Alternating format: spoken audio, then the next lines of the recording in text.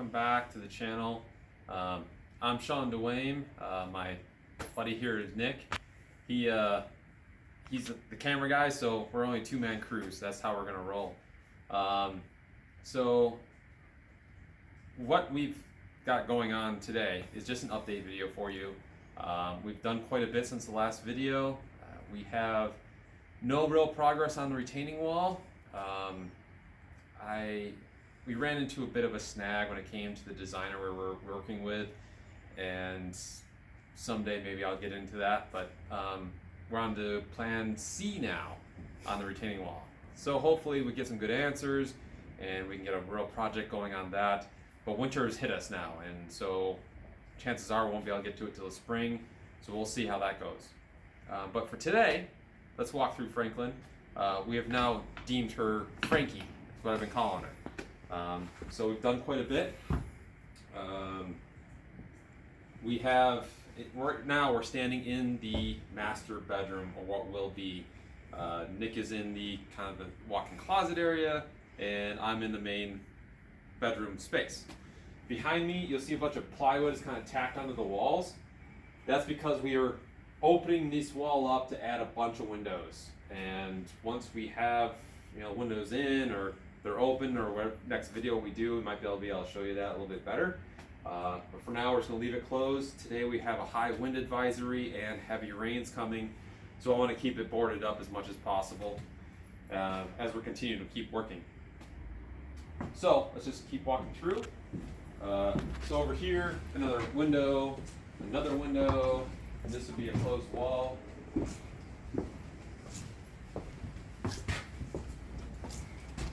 In what will be the staircase and mudroom area, we're doing it through stage material. As we get the windows framed up, we want to get them installed and get them trimmed out, but we need material. So one of the neighbors, he's a retired builder, he volunteered to come on up and help us out, and so we put him on the payroll, and that's what he does. He comes up whenever he has some free time and stains some boards for us. To relieve that pressure on Nick and I, that's huge. That really keeps us focused on doing the framing and the blocking and the wiring and getting the next stages going so we can get the siding on the building. So Steve has set himself up over here. He's got the siding over here. We've got trim right behind me.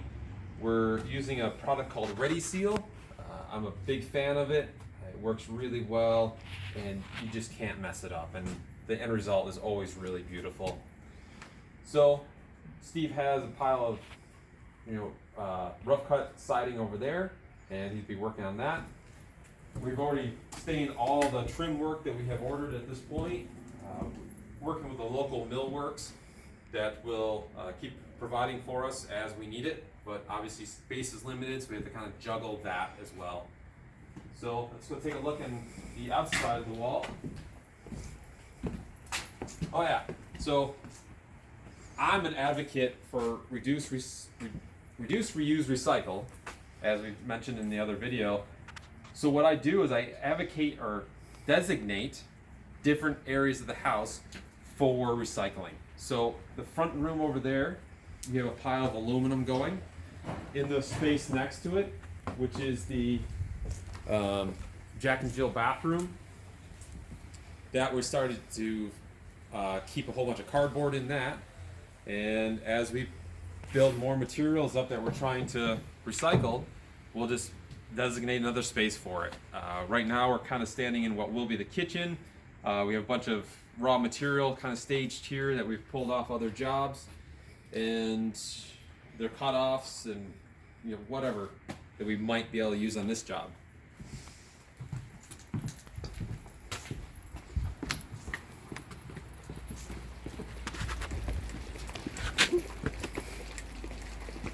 Like I said, winter has hit us pretty hard already. Even though today it's going to be 50 some degrees, windy and rainy, we've got snow on the ground. So we really had to organize the tasks that we needed to get done with the weather that we had available. So we will jump from going from framing to foundation work to point work to painting. Whatever the weather will allow us to do, we will jump on that task as the day comes. because we're doing this project too late in the year. And so in order to get it all done, we're having to really kind of jump around. So that said, we did finish the front yard section where we pitched the soil. I put a road fabric down to help with that.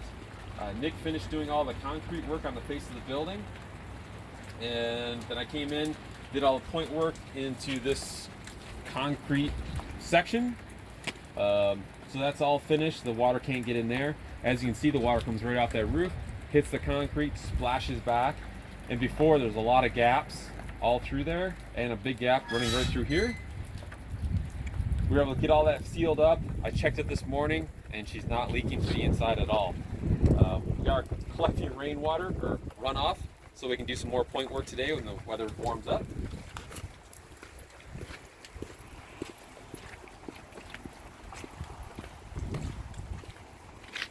And probably the biggest thing that we've done is this wall. So in the last video, we saw that down below, the wall was just missing.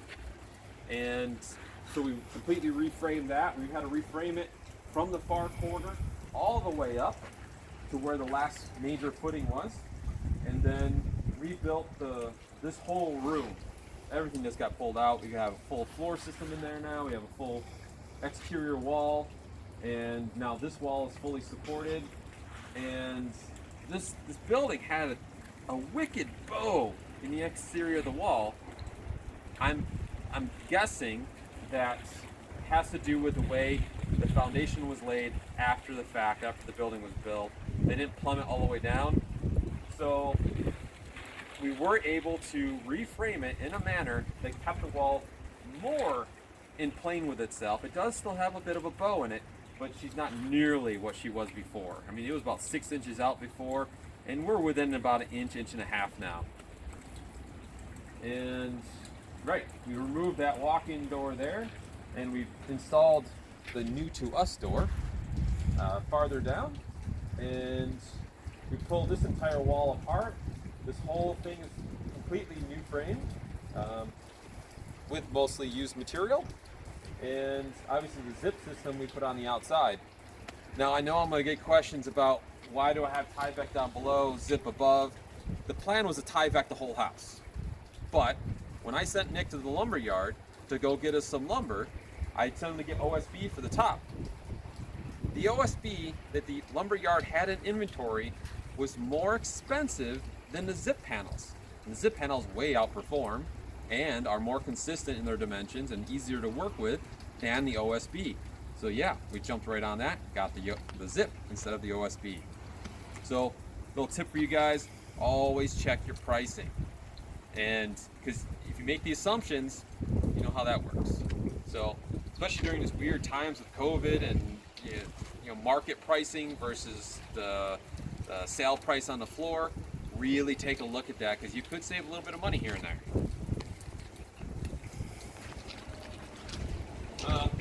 And as we're walking, the driveway is an actual driveway now. So there's, I tore off all the surface material that was on here. That was about 30 ton of material. Old Ace and Pocket, you know, we hauled and hauled and hauled and hauled. We found exactly what that truck can do. And yeah, we put her through her paces for sure. And brought in, had delivered, there's 18 tons of ones and dust. It packed in beautifully, it was easy to work with, and we have an actual driveway, which this property hasn't had in God knows how long.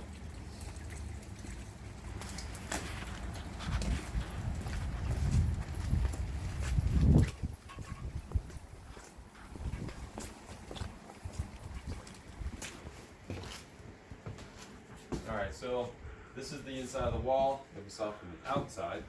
The door used to be right there, and now Nick just walked in where the new door location is. Underneath where I'm standing, there was a point load roughly here, and it had completely failed, and the floor was pitched that way. It actually had kind of a bit of a bow in the entire floor, and when we jacked up this side and repaired this wall beneath, then I brought that side up, and then this side was down low. So we went ahead, poured a new footing there, and put a new point load there. And it's now level. The floor is nice and level and solid. Doesn't bounce anymore, which is great. And yeah, so we'll go into the basement-ish area.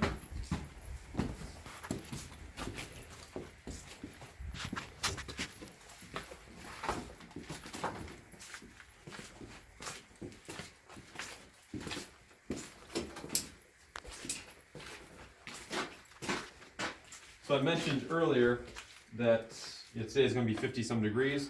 So we're going to get off of the carpentry today and get back into the concrete work and the mortar work and get in here and point all this where Nick's already got this wall all finished out. So we're just going to keep on wrapping around the foundation as the warm days allow. We did get an answer on the sewer line from Roto-Rooter. So he came in, he snaked this section here. The pipe wraps around me and then goes out that way. In here, the pipe has collapsed. So this section here it's no good. So we have to make a decision whether or not we're gonna bring all this up and replumb it, or walk away from this style and go to a overhead plumbing and then drop it back down in.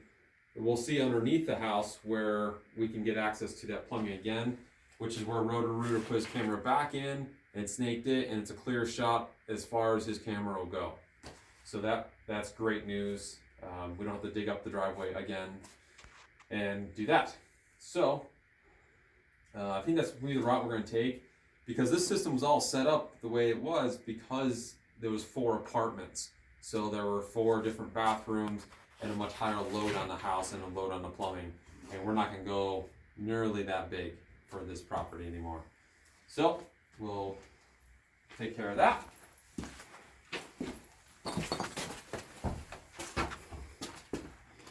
This is the little wall that we showed on the last video where they didn't take care of the exterior. What we figured out is they did actually do the exterior the last time, but they didn't protect what they had done.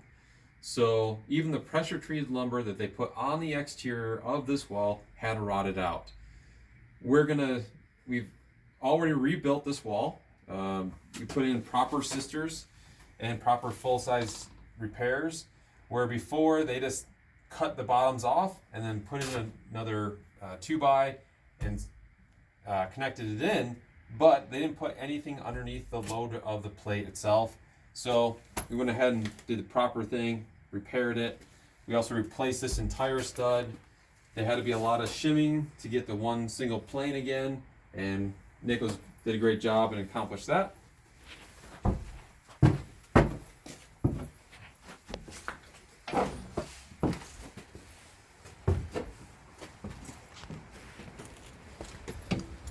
So here you can see we've blocked off the window opening. This is here because we need to side this entire side of the building, and I don't want to have a brand new window here when we go to rip all of this off and potentially damage the window. So we just put this there in here temporarily. We've got the new sheathing repairs. We're going to put a metal flashing over the top of this to protect what has been done, because obviously if you don't put the metal there, you're just going to perpetuate the problem. And hopefully the new owners will maintain this space and keep the snow out of here.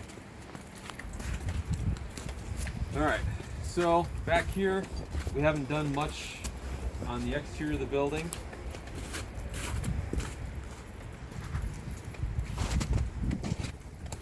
We did rip the rest of that floor system off. That was over there. Pretty simple, just a bunch of cuts. There was a small concrete retaining wall, if you will, sitting here. We broke that out. We'll come in here and pitch the soil in the spring if we're still here.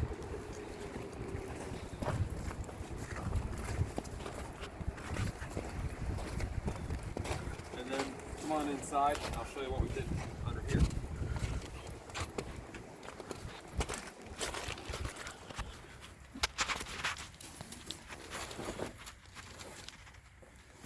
You see that wall there?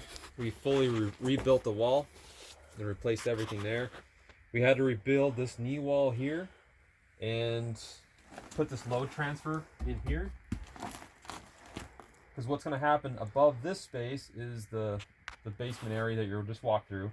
Above that is where we're opening up the interior space, and we're going to put a point load up there, a big beam and post, and it's going to connect all the way down to here. And then if you can look through the knee wall,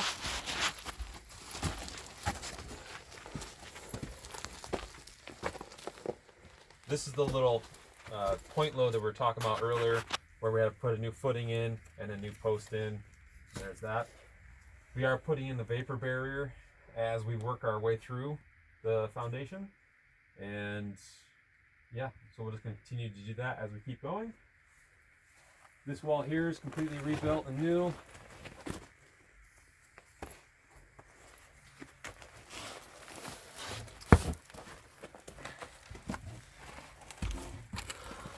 So I think that's be about it for today. We'll just try to keep posting videos. If you guys have any questions at all, please feel free to ask. I'd be happy to answer them.